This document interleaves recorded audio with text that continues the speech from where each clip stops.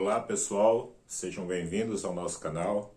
Estamos mais uma vez para falarmos um pouco sobre história, geografia, são os principais objetivos dos conteúdos aqui publicados no nosso canal. Tá? Hoje eu quero fazer um resumo com vocês aqui bem simples sobre a evolução histórica e política da história do nosso país, do Brasil, tá? Quero só lembrar a vocês que quando a gente fala história política, né, porque hoje a questão política ela está muito acirrada, né, dentro da nossa sociedade, quero dizer para vocês aqui que o canal aqui não tem por base direita, nem esquerda, nem de banda, nem de lado, nem de cima, nem de baixo, tá? Aqui o nosso objetivo aqui com o canal é apresentarmos aqui discussões voltadas para a história, para a geografia, que possa auxiliar as pessoas que almejam prestar concurso público, para estar interagindo com esses conteúdos, participando, para que assim possa facilitar assim a sua aprovação em algum concurso público, certo? Então, quando falamos em história, evolução histórica e política do Brasil, nós nos remetemos a 3 períodos, né, da história do nosso país. O período colonial, o período imperial e o período republicano, certo? Então, quando nós falamos da história do Brasil, é preciso também entendermos que para se chegar até essa evolução histórica e política do Brasil a partir do ano de 1500, do século, início ainda, né, do século 17, muitas coisas já haviam ocorrido no mundo. Então é preciso também que nós, estudantes de história, tenhamos uma certa noção dos períodos da história, tá? A história geral, nós sabemos que ela é subdividida em partes para estudos, que se subdivide em 4 períodos, né? A Antiguidade, a Idade Média, a Idade Moderna e a época contemporânea. Durante esses períodos, vários acontecimentos ocorreram. Uma coisa aqui que eu quero salientar a nós, estudantes de história, é que a gente não precisa ficar muito assim, se apegando muito a datas históricas, tá? Em alguns vídeos vocês viram que eu cito, como eu citei no vídeo passado, falando sobre a proclamação da República, lá de 15 de novembro de 1889. Pessoal, isso daí com o tempo a gente vai, né, tanto estudar, né, eu já estou estudando isso daí já tem uns 40 anos, mais de 40 anos, vai facilitando. Mas com o tempo a gente vai pegando essas datas com mais precisão. Mas o importante mesmo é que a gente tenha pelo menos uma noção de século, de períodos da história que ocorreram em determinados períodos, né? Por exemplo, a Idade Média, ou vamos começar lá pela Antiguidade, que começou a nossa história, né? A história da humanidade, ela começa por volta de 4.000 anos antes de Cristo, ou seja, 6.000 anos passados. Esse vai ser o período mais longo da história, vai ter aproximadamente aí 4.000 anos de existência, o período da Antiguidade. Depois vem um outro período da história, chamado de Idade Moderna, também conhecido como Época Medieval, que vai também se estender durante um período aí de aproximadamente 1.000 anos. Muitas coisas vão acontecer também naquele período. Depois, já por volta do meados, final do século XV, vamos entrar numa outra fase da história, que é a Era Moderna, né? A Idade Moderna, onde vários acontecimentos também vão ocorrer num período aproximadamente de 300 anos. Até chegarmos aproximadamente já pelo meados do século XVIII, né, mais precisamente por volta de 1789, quando vai ocorrer as grandes revoluções no mundo europeu, tendo como destaque principalmente a Revolução Francesa e a Revolução Industrial na Europa. Esses 2 acontecimentos, eles vão servir como uma base, né, uma referência de transição histórica da Idade Moderna para a Idade Contemporânea.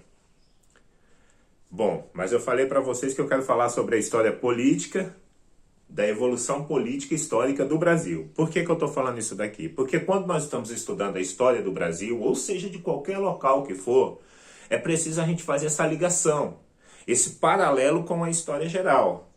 Né? Como no vídeo passado a gente estava falando da Era Vargas, que eu citei lá que esse período da Era Vargas lá ocorreu durante também o período da Segunda Guerra Mundial, no cenário internacional. Então, o Brasil, né, segundo a nossa história, tem lá como a data histórica do descobrimento do nosso país, né, o dia 22 de abril de 1500. Então, 1500, nós já estávamos aí já dentro do período da Idade Moderna. Não estávamos ainda nem na Idade Contemporânea. Então, o Brasil, a colonização do Brasil ainda começa durante o período, né, em relação à história mundial, dentro do período da Idade Moderna. E assim como a história geral tem essas suas evoluções, esses períodos históricos que eu citei agora há pouco, o Brasil também vai ter sua evolução política histórica dividida em determinados períodos. Por exemplo, esse período de 1500 até 1822, esses 322 anos no Brasil, é tido como o período da história colonial brasileira, ou seja, o Brasil colonial. Porque o Brasil ainda era apenas uma colônia portuguesa aqui na América. Muitas coisas aconteceram durante esse período.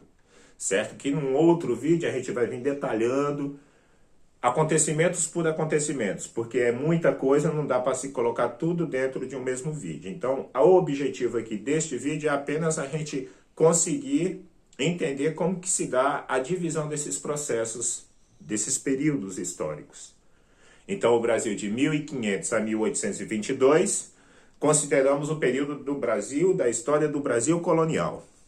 Em 1822, como todos nós já sabemos, né, que estudamos lá nas primeiras séries, quando nós estudamos a data muito importante, uma das datas magnas do nosso país, que é a independência do Brasil, que se dá, né, pelo dia 7 de setembro de 1822.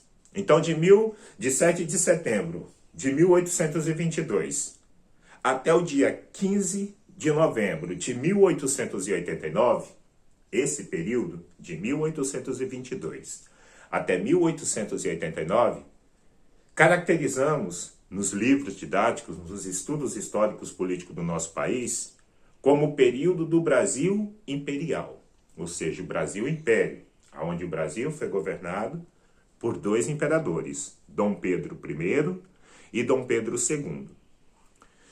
Já lá em 1889, né, como sabemos, vai haver uma certa insatisfação por parte da população, por parte das elites, onde as próprias forças armadas na época, né, lideradas pelo Marechal Deodoro da Fonseca e o Marechal Floriano Peixoto, eles vão liderar uma revolução que vai pôr fim ao Império Brasileiro e o início da República no Brasil.